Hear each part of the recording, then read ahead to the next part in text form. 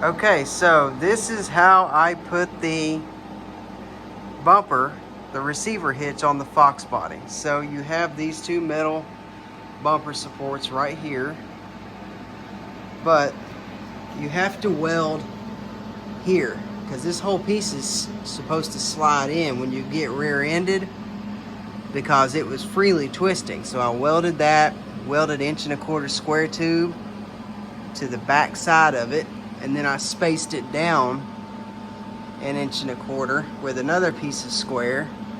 And then I've got this Harbor Freight step bumper receiver hitch.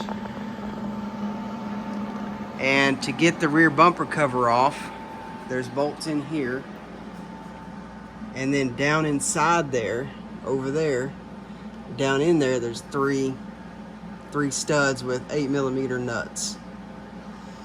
So let me refit the steel bumper, and then I'll put the bumper cover on and we'll see how it looks.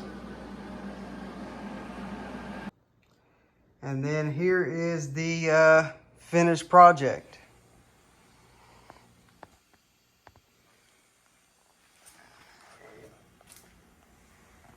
Not bad, huh? I got my buddy coming over to, I guess, fix my welds. And he said the only way to fix it is to grind them out and redo them.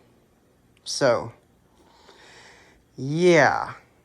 Other than that, that 1.25" square seemed to have kind of worked out perfect as far as getting it spaced down exactly how much I wanted it.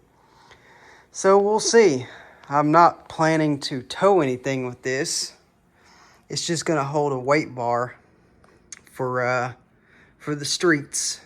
So, all right, there you go. Hopefully this gives you some ideas. And I guess if you want, subscribe. If you don't want to, cool. All right, catch y'all later.